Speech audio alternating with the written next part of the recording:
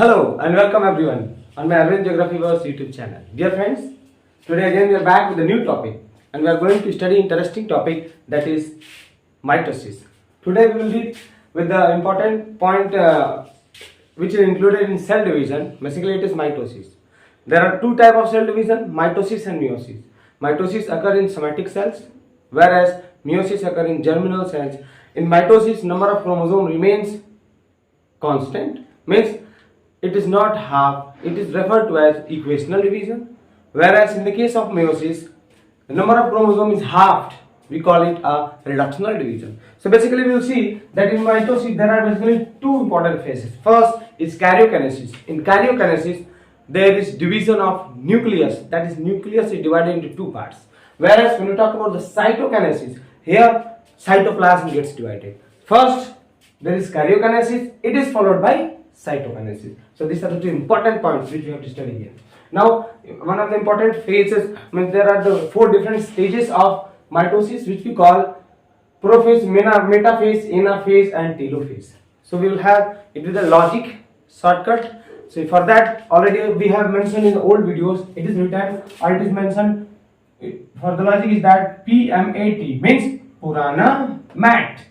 Purana mat. Purana P for prophase, mat MAT. Purana mat, you remember, it is often asked to arrange for 1 marks. Okay, you will have to arrange the all the divisional phases. Okay, for example, sequence it will be written there wrongly, so you will have to arrange it in the correct manner. So you will have to remember this sequence. First PMAT means you have to remember Purana mat, MAT Purana for prophase, M for meta, A for ana and last T for telophase. Okay, so now we are going to start. So see, the first stage for this whole concept, we will start with the interphase, so that we will clear up our concepts. Okay, concept clear करने के लिए हम थोड़ा सा recap करेंगे, पीछे जाएंगे कहाँ पे, इंटरफेस पे. इंटरफेस क्या है?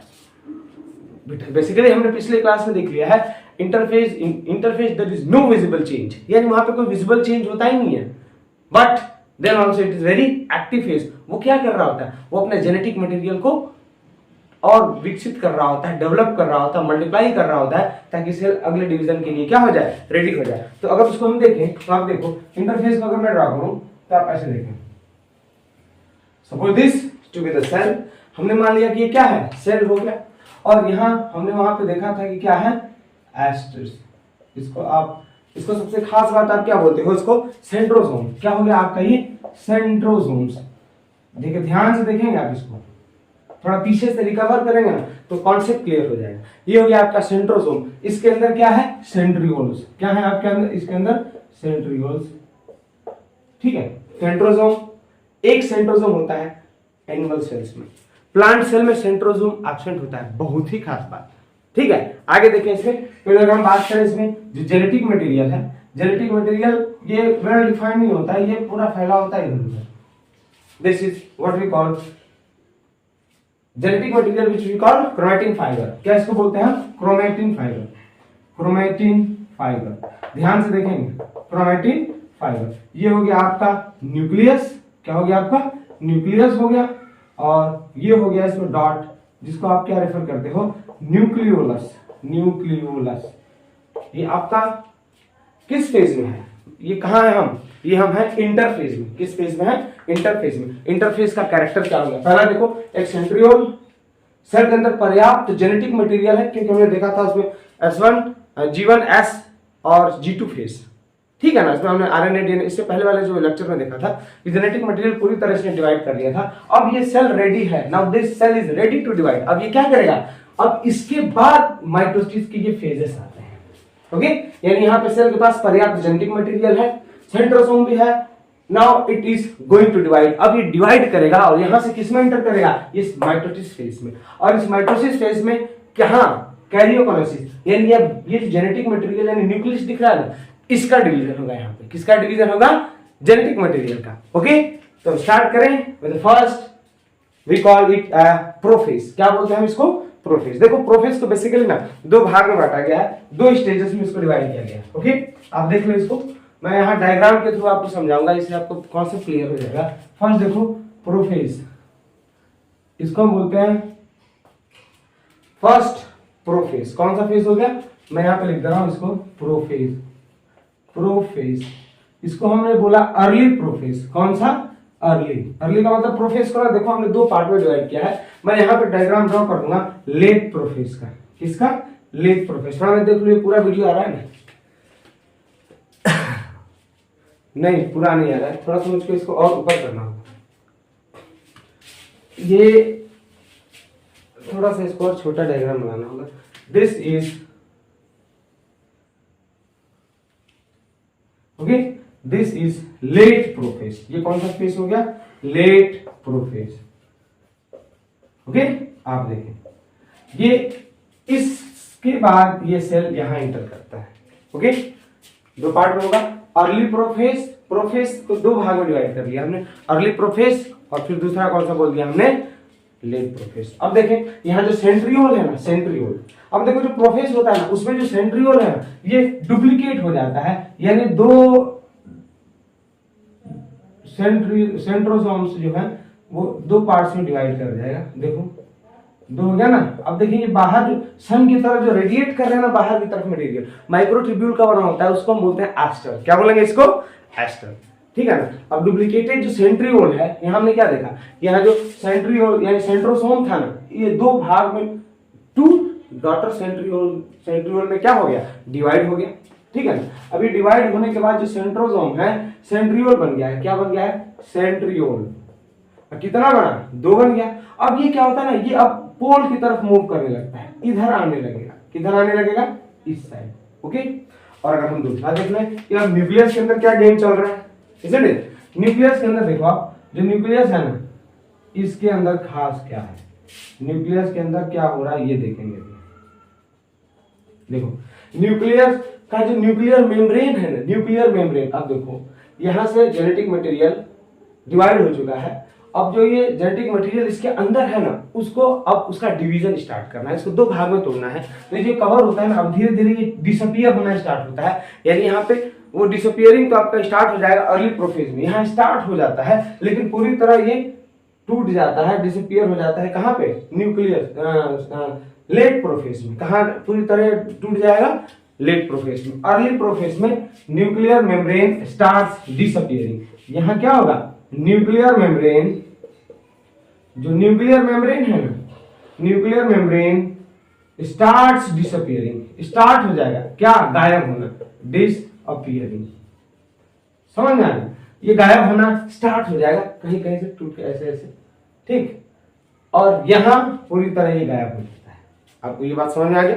ओके, अब दूसरा खास बात क्या है, देखो इसमें जो दूसरा सबसे इंपॉर्टेंट बात है वो है नंबर ऑफ क्रोमोसोम्स को लेके। यहाँ जो क्रोमैटिन फाइबर था वो कंडेंस और रिकॉइल हो गया है, क्या हो गया है, कंडेंस और रिकॉइल हो गया है। और नाउ दैट क्रोमैटिन जो सेंट्रोसोम्स, सेंट्रोसोम्स होते हैं, मतलब कि देखो कुल मिला के जो क्रोमैटिन फाइबर है, यहाँ पे ये जो जेनेटिक मटेरियल यानी जो क्रोमोसोम्स हैं ये अब मल्टीप्लाई हो जाते हैं, डुप्लीकेट हो जाएंगे, क्या होंगे, डबल हो जाएंगे, और इसमें ये फैल जाएंगे, ठीक है ना। आप देख लो, ठीक, ये डबल हो गया, क्या डबल हो गया, क्रोमोसोम्स डिस्टिंक्ट हो जाते हैं, अलग अलग साफ दिखने लगते हैं कि क्रोमोसोम्स बन गए, यहाँ नहीं दिख रहे थे ना, यहाँ दिखने लगे, और डबल हो जाते हैं। अच्छा डबल हो जाते हैं ना, तो बताओ किससे चिपके होंगे आपस में, किससे चिपके होते हैं, कहाँ पे, सेंट्रोमियर। कहाँ चिपके होते हैं, सेंट्रोमियर। हमने आपको किसी पहले क्लास में बताया है, सेंट्रोमियर पे ये क्या होता है, आपस में एक दूसरे से चिपके होते हैं। सेंट्रोमियर का काम क्या है, सेल डिवीजन। इसके बाद वाला जो फेज आएगा उसमें हम क्या देखेंगे कि जो स्पिंडल फाइबर है, क्रोमैटिक स्पिंडल, यही अटैच होगा और खींचेगा उसको दूसरी साइड। देखा ना। अब हम यहाँ पे कहाँ पे आ गए, बेसिकली वी हैव रीच्ड कि यहाँ पे जो क्रोमोसोम है वो सेंट्रोमियर पे क्या हो चुका है, अटैच हो चुका है, डबल हो गया है और वेल डिस्टिंक्ट हो चुका है। ओके, समझ में आया सबको, बोलिए। अब देखा जाए यहाँ पे तो जो स्पिंडल फाइबर, अब यहाँ पे देखो ये मूवमेंट इधर स्टार्ट हो जाता है, ये इधर आने लगता है, ठीक। अब वही अगर हम अगले फेज में देखें तो देखो ये जो प्रो फेज का ये गेम था, ठीक ना। अब लेट प्रो फेज में क्या होगा कि जो यहाँ पे जो सेंट्रियोल्स थे ना वो अपोजिट पोल्स पे आ जाएंगे। कहाँ आ जाएंगे, अपोजिट पोल्स पे आ गए, देख लो इधर ये आ गया, देख लो आ गया ना। अब यहाँ पे सबसे जो खास होता है क्या कि जो जब देखो, जब ये सेंट्रियोल जो सेंट्रोसोम्स है ना, यानी जो सेंट्रियोल पे के जो यहाँ से जो रेडिएटिंग आउट जो माइक्रो ट्रिब्यूल्स का स्ट्रक्चर बनता है, उसको आप यहाँ पे एस्टर बोलोगे। क्या बोलोगे? एस्टर। लेकिन जब ये सेंट्रियोल पोल के पास आ जाता है ना, मतलब यहाँ चल के आ गया, ठीक है ना, ऐसे चल के आ जाता है, तो यहाँ पे आप इसको एक्रोमेटिक फाइबर बोलते हैं। क्या बोलते हैं? Achromatic fibre. ये दिखा आपको, तो आप इसको एक्रोमेटिक स्पिंडल बोलेंगे। क्या बोलेंगे? Achromatic spindle.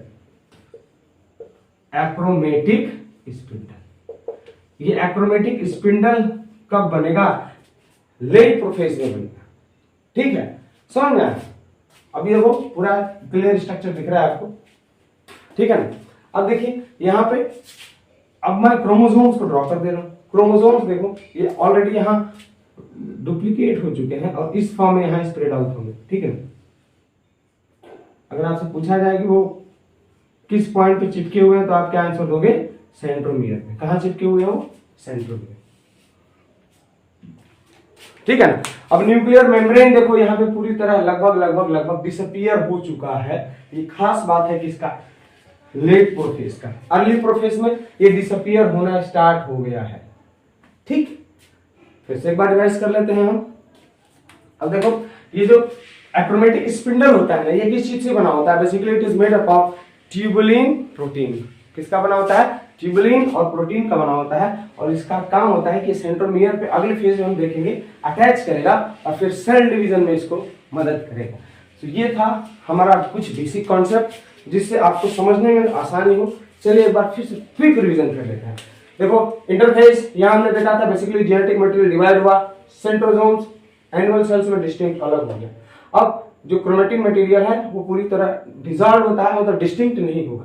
न्यूक्लियस उसके अंदर होगा न्यूक्लियोलस। लेकिन जब हम प्रोफेज की बात करें, पहला फेज है मेटोसिस का, उसमें जो ये जो सेंट्रोसोम थे वो दो सेंट्रियोल्स में डिवाइड कर गए हैं। यहाँ पे जो इनके जो रेडिएटिंग आउट स्ट्रक्चर होता है माइक्रोट्यूब्यूल का बना होता है, इसको हम एस्टर बोलते हैं। क्या बोलते हैं? एस्टर। ASTER एस्टर है। ठीक, अब ये जो डिवाइड हो गया ना, अब ये इधर की तरफ मूवमेंट स्टार्ट कर देता है। It starts moving toward the pole. आ गया। अब जो यहाँ पे genetic material chromatin fibre group में था, यहाँ पे वो क्रोमोसोम्स में कंडेंस और कॉइल होके बन गया। क्रोमोसोम्स डुप्लीकेट कर गया है और कहां चिपका हुआ है? एक दूसरे पे। कहां? क्या बोलते हैं इसको? सेंट्रोमियर पे। कहां चिपका हुआ है? सेंट्रोमियर। यहाँ न्यूक्लियर मेम्ब्रेन डिसअपियर होना स्टार्ट हो जाता है। अब देखिए लेट प्रोफेज में क्या होता है? न्यूक्लियर मेम्ब्रेन डिसअपियर कर दिया, ये जो सेंट्रियोल्स हैं वो पोल्स पे आ गए और इनका जो एस्टर है ना, वो किसमें अब कन्वर्ट हो चुका है? एक्रोमेटिक फाइबर में। एक्रोमेटिक फाइबर में ये तभी कन्वर्ट होता है जब ये दोनों पोल्स पे होते हैं, यानी सेंटर पे, बीच में होंगे। ओके, और यहाँ जो क्रोमोसोम्स हैं वो पूरी तरह डिस्टिंक्ट यानी साफ स्पष्ट दिखाई दे रहे हैं। सो आई होप ये आपको प्रोफेज क्लियर हुआ। ओके, अभी देखते हैं हम कौन सा phase? Metaphase. So again will continue with the metaphase. Okay, you C,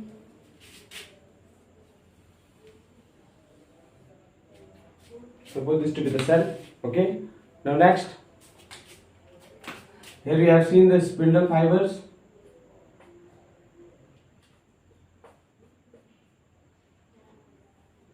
You see, these are the centrioles. These are centrioles.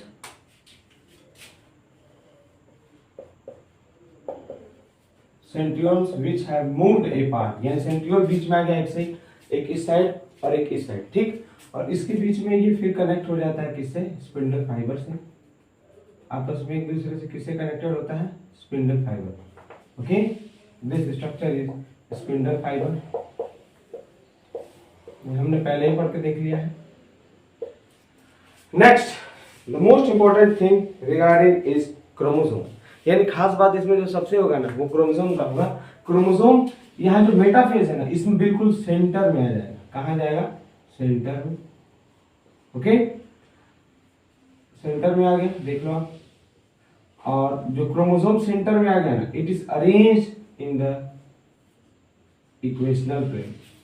मतलब कि जो यहाँ पे जो क्रोमोसोम है ये मेटाफेज में एकदम बिल्कुल बीच में अरेंज हो जाता है। इसको हम बोलते हैं इक्वेशनल प्लेन। कौन सा प्लेन है?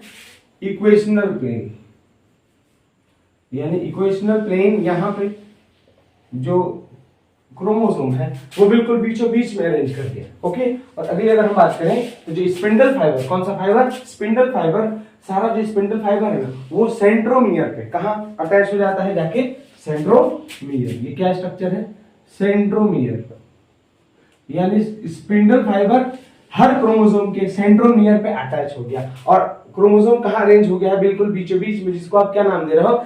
Equational plane. कौन सा प्लेन? इक्वेशनल प्लेन या इक्वेटर भी बोल सकते हो। तो ये दो चेंज होते हैं, मेजर चेंज किस में? मेटाफेज में। फिर से देखते हैं मेटाफेज में। देखो ये जो सेंट्रियोल है, दो अपोजिट पार्ट में पहले ही आ चुका है। यहाँ पे खास जो होता है वो जो स्पिंडल फाइबर है ना, सबसे खास क्रोमोसोम बिल्कुल इक्वेशनल प्लेन में अरेंज हो जाते हैं। Basically chromosomes are arranged in the total center, that is they are arranged at the equational plane, and the spindle fiber is attached to the centrosome.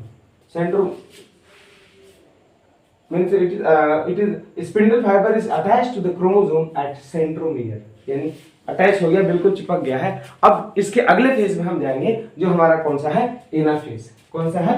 Anaphase. Okay, अब anaphase देख लो आप यहीं पे, इसको अगले अगले फेज में हमें देखना है।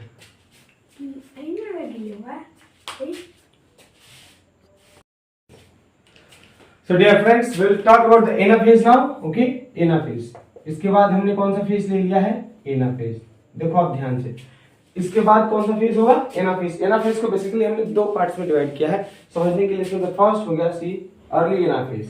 अर्ली एनाफेज में क्या होगा? देखो यहाँ ऑलरेडी जो स्पिंडल फाइबर है that is attached to the centromere, यानी क्रोमोसोम के सेंट्रोमियर, जो सेंट्रोमियर है यहाँ पे अटैच हो चुका है। अब देखो क्या होता है कि जो स्पिंडल फाइबर है ना ये कॉन्ट्रैक्ट करता है, ठीक है ना। जैसे मान लो क्रोमोसोम हो गया बीच में, ठीक, क्रोमोसोम हो गया।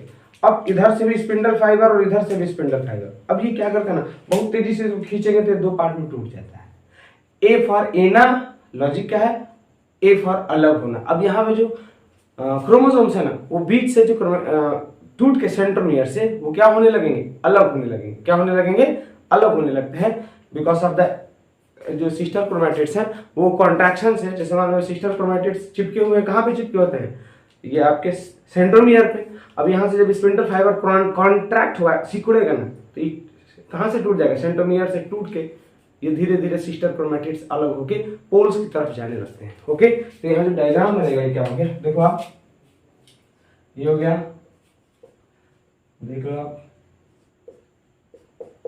ठीक। अब यहाँ जो ये जो क्रोमोसोम्स हैं ये ऐसे हो गया, ध्यान से देखो, ये सेंट्रोमियर से टूट चुका है, ठीक। अब देखें आप, टूट गया। अब देखो यहाँ जो स्पिंडल फाइबर है ना ये इसको अपनी तरफ सबसे अटैच हो गया है, यहाँ से स्पिंडल फाइबर इधर अटैच हो गया। ओके, और अब यहाँ ये क्या हो रहा है?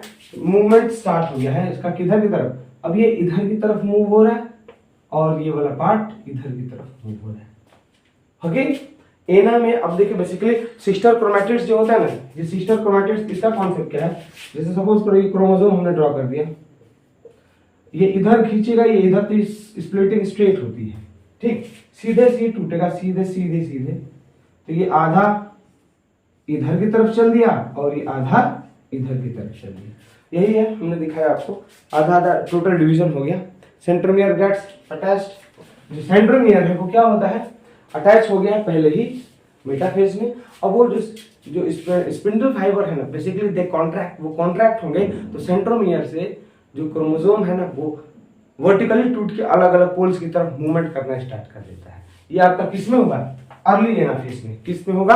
अर्ली एनाफेज में। Okay, because of the contraction. यहाँ पे क्या होगा? Contraction, contraction of spindle fibre, spindle fibre. Now chromosomes or chromatids start moving apart, moving apart। यानी जो क्रोमैटिड्स है, सिस्टर क्रोमैटिड्स, वो टूट के अलग अलग होने लगेंगे। किस में होगा? ये एनाफेज में होगा। किस फेज में होगा? एनाफेज के फर्स्ट फेज, जिसको हम बोल रहे हैं अर्ली फेज में। ओके, अब जिसको अगर हम देखें तो इसका जो दूसरा फेज है इसके बाद क्या होगा? देखो वो तो और इजी है।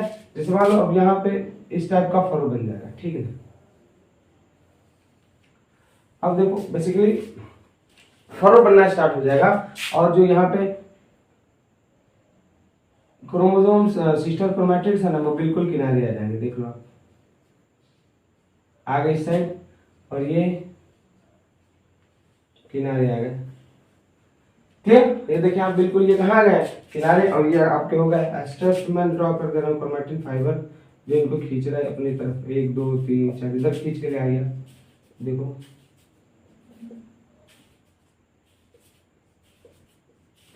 ये खास बात क्या है ना इसमें जो सबसे खास बात होता है वो ये है कि जो सेल डिवीजन यानी साइटोप्लाज्म में गड्ढे बनने स्टार्ट हो जाते हैं। देखो ये ऊपर से बन रहा है फरो, ठीक है ना। फरो का मतलब गड्ढा बनना स्टार्ट हो जाता है। फरो कहाँ बनने लगेगा? साइटोप्लाज्म में। कहाँ बनेगा ये? साइटोप्लाज्म में। ये लेट एनाफेज का बात है। देखो अगर हम बात करें समय में कि सबसे बड़ा कौन सा फेज होता है, सबसे छोटा कौन सा फेज होता है, तो सबसे ज्यादा समय वाला फेज प्रोफेज है, लॉन्गेस्ट फेज। और जो एनाफेज है ना ये सबसे छोटा वाला फेज है। सबसे अगर क्वेश्चन होगा एमसीक्यू में which is the longest phase तो आप लिखेंगे प्रोफेज। अगर होगा which is the shortest phase तो क्या लिखेंगे आप? एनाफेज। कौन सा फेज हो गया? एनाफेज, ठीक है ना। अब देखो एनिमल सेल्स में ये होता क्या है कि जो फरो का डिवीजन है वो बिल्कुल बीच से मतलब बाहर से ऐसे बाहर से अंदर की तरफ होता है। लेकिन अगर यही बात करेंगे हम प्लांट सेल में तो वो जैसे उनका प्लांट सेल हो गया ना सपोज करो ये, तो वो सेंटर से पेरिफेरी की तरफ होता है। किधर होगा? सेंटर से पेरिफेरी की तरफ। So this is about anaphase. Anaphase में कुछ नहीं था। जो क्रोमोसोम्स मेटाफेज में सेंटर में अरेंज थे ना वो अब स्पिंडल फाइबर के कॉन्ट्रैक्शन से अलग होने लगे। लॉजिक क्या है? A for anaphase, A for अलग होना। यहाँ जो क्रोमोसोम्स है ना वो सिस्टर क्रोमैटिड उसके डिवाइड होकर अलग अलग पोल्स की तरफ जाना स्टार्ट हो जाते हैं। और लेट फेज में जो साइटोप्लाज्म है उसका डिवीजन स्टार्ट हो जाता है, फरो बनना स्टार्ट हो जाता है, गड्ढा बनना स्टार्ट हो जाता है। ये कौन सा फेज हो गया आपका? एनाफेज। ठीक, इसके बाद में कौन सा फेज देखेंगे अभी? Telophase. Okay, will start now with the telophase. Okay, this is the last phase. इसमें देखिए क्या होता है बेसिकली जो फरोइंग है यानी जो गड्ढा इसके अंदर बनना स्टार्ट होता है यानी सेल स्प्लिट करना स्टार्ट कर देता है, सेल टूटना स्टार्ट कर देता है, वो और डीपन हो जाता है मतलब और गहरा हो जाता है। और इसमें बेसिकली यहाँ पे जो स्ट्रक्चर बन जाता है कुछ इस टाइप का बनेगा। ओके, ये देखो आप क्रोमैटिन मटेरियल बन गया। क्रोमैटिन जो मटेरियल है वो और पतला हो गया क्रोमैटिन फाइबर के रूप में। यहाँ जो आपको क्या मिल गया? न्यूक्लियोलस फिर से बन गया। ओके, और सेंट्रियोल भी यहाँ आपको फिर से देखने को मिल सकता है। ओके, अब देखिए मतलब है क्या यहाँ पे। फर्स्ट देखिए daughter chromosomes reach opposite poles, यानी इससे पहले वाले फेज में हमने जो देखा था यानी एना फेज में जो डिवाइडेड क्रोमैटिड सिस्टर क्रोमैटिड्स थे वो पोल्स की तरफ जाना स्टार्ट कर दिए थे, जा रहे थे, यहाँ वो पोल्स पे पहुंच जाते हैं बिल्कुल किनारे। देखिए इधर आ गया और उधर चल गया। First clear. दूसरा स्पिंडल फाइबर डिसअपीयर, यानी जो वहां स्पिंडल फाइबर्स थे ना रेशे थे ये यहाँ पे गायब हो जाएंगे। रेशे कौन से? ये वाले जो सेल्स के अंदर के जो रेशे थे ना इस टाइप के थे, बना रहे थे ना सेंट्रियोल्स वाले फाइबर, ये फाइबर अब यहाँ देखो पूरी तरह से गायब हो गए। Okay, third point nuclear membrane is formed. Nuclear membrane यहाँ देखो ये न्यूक्लियर मेम्ब्रेन बन गया, न्यूक्लियर मेम्ब्रेन। और ये गायब कहाँ हुआ था? ये आपको गायब हो गया था एनाफेज के स्टार्टिंग यानी अर्ली एनाफेज में गायब होना डिसअपीयर होना स्टार्ट कर दिया था और लेट एनाफेज में पूरी तरह से न्यूक्लियर मेम्ब्रेन डिसअपीयर कर गया था। कारण सेल को डिवीजन की जरूरत थी, तो इसका आउटर मेम्ब्रेन जब गायब होगा तभी तो डिवीजन हो पाएगा। नेक्स्ट यहाँ पे न्यूक्लियर मेम्ब्रेन बन गया। फॉरो डिफेंस, यानी यहाँ पे जो गड्ढा है ना और ये गहरा होता जाता है। क्यों? अगर गहरा होगा तभी तो ये एक सेल अलग होगा और ये सेल अलग होगा, सेल दो सेल्स में डॉटर सेल्स में डिवाइड हो जाएगा। Next nucleoli reappears. ये देखो ये न्यूक्लियोली है, it nucleoli it again reappears, nucleoli बन जाएगा फिर से दोबारा। और लास्ट जो चेंज होगा वो क्या है? जो क्रोमैटिड्स थे यानी जो क्रोमैटिड्स इसके अंदर जो बने थे ना मतलब हाफ डिवाइडेड, ये पतले हो जाते हैं। यानी यहाँ कोयलिंग हुआ था तो डी कोयलिंग बोल सकते हैं। यानी वो बिल्कुल पतले होके किस फॉर्म में चेंज हो जाते हैं, again they are converted into chromatin fibre. Chromatin fibre, ये क्रोमैटिन फाइबर याद करो जब हमने इंटरफेस में देखा था, जहां ये कंडेंसेशन पूरी तरह कंडेंस होकर क्रोमैटिन फाइबर बन गए थे और प्रोफेज में किसमें ये कन्वर्ट हो गए थे, फिर दोबारा क्रोमोसोम्स के स्ट्रक्चर में। तो ये पूरा कंप्लीट साइकिल है, प्रोफेज, मेटाफेज, एनाफेज, टीलोफेज। ये बेसिकली ऑल दिस चेंजेस, ये जितना चेंज हुआ ना सारे ये न्यूक्लियस के अंदर हो रहा है। तो ये किसका पार्ट है, कैरियोकाइनेसिस का। माइटोसिस के अंदर किसका पार्ट है, कैरियोकाइनेसिस। ओके, अब इसके बाद हम देखेंगे क्या कि साइटोकाइनेसिस होगा। साइटोकाइनेसिस का मतलब कि साइटोप्लाज्म अब दो भाग में डिवाइड हो जाएगा यहाँ से। ओके, ये लोग एक पार्ट यहाँ हो गया, दूसरा पार्ट यहाँ, तो क्या बन गया है, दो डॉटर न्यूक्लियाई बन गया। क्या बन गया, 2 daughter nuclei are formed. I hope ये आपको क्लियर हो गया। अब हम देख लेते हैं कुछ minor differences between animal cells and plant cells. मतलब देखो एनिमल सेल्स में हमने क्या देखा था, बेसिकली यहाँ पे जो एनिमल सेल्स है ना उसके अंदर सबसे जो खास स्ट्रक्चर आपको देखने को मिलेगा वो क्या होता है यहाँ पे कि सेंट्रोसोम प्रेजेंट होता है। क्या प्रेजेंट होता है, सेंट्रोसोम। लेकिन प्लांट सेल में वो एब्सेंट होता है। प्लांट सेल में दूसरा जो डिफरेंस है कि उसका जो सेल वॉल चारों तरफ प्रेजेंट होता है प्लांट सेल में, यहाँ सेल वॉल नहीं है। ओके, लास्ट डिवीजन यहाँ जो होता देखने को मिलेगा आपको कि एनिमल सेल्स में ना फरोज जो गड्ढा बन रहा है वो बाहर से अंदर की तरफ बनता है, क्लियर। लेकिन अगर ये प्लांट सेल है, क्या है, प्लांट सेल है, तो ऐसे डिवीजन होता है, इंटरप्लानर। ओके, अब इसको एक वर्ड देते हैं, कहां से, from central towards the periphery. तो यही 3 डिफरेंस है किसके किसके बीच में, एनिमल्स और प्लांट्स के बीच में डिफरेंस हो गया कि डिवीजन कैसे होता है, और बाकी सारा सेम है। आई होप आपको ये इजीली समझ में आया होगा। आप वीडियो को 1-2 बार जरूर देखें, ध्यान से देखें। थोड़ा डायग्राम के बेसिस पे हमने समझाने की कोशिश की क्योंकि आप ऑलरेडी आपके पास बुक होता है तो वहां से आप थोड़ा इजीली समझ सकेंगे। Okay, prophase, metaphase, anaphase, telophase. Pro थोड़ा यहाँ क्रोमोसोम डिवाइड हुआ, मेटा बीच में रेंज हुआ, ए फॉर एना, मेटा मतलब बीच में होता है, ए फॉर एना अलग हुआ, टीलो मतलब पूरी तरह से अलग हो गया। और इसके बाद कौन सा फेज आया था हमारा, cytokinesis. Both are the part of mitosis. अब हम पढ़ेंगे क्या, meiosis. So now we are going to talk about the meiosis. Okay, meiosis, which is also referred to as a reductional division. Which division? Reductional division. In meiosis, basically, number of chromosomes is halved. Means diploid chromosomes that 2n, it is reduced to n. तो diploid का मतलब होता है 2n, haploid का मतलब होता है n। ये आप याद रखेंगे, क्वेश्चन पूछता है। तो अगर हम बात करें ह्यूमन बॉडी में कहाँ होता है, basically in males it occurs in the testis. Testis में होगा जहां स्पर्म बनता है with the process of spermatogenesis, very important. In females it occurs in ovum में होगा, किसके फॉर्मेशन के वक्त, ओवम के फॉर्मेशन के वक्त। और जिस प्रोसेस से ओवम बनता है उसका नाम है oogenesis. It is formed by the process of oogenesis. Done. Reductional division halved. Okay.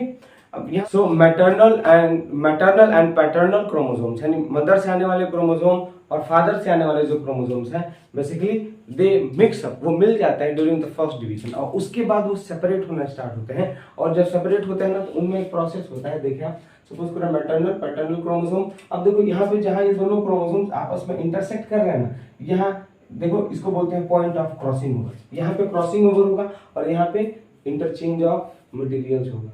Okay, यहाँ पे इंटरचेंज होगा।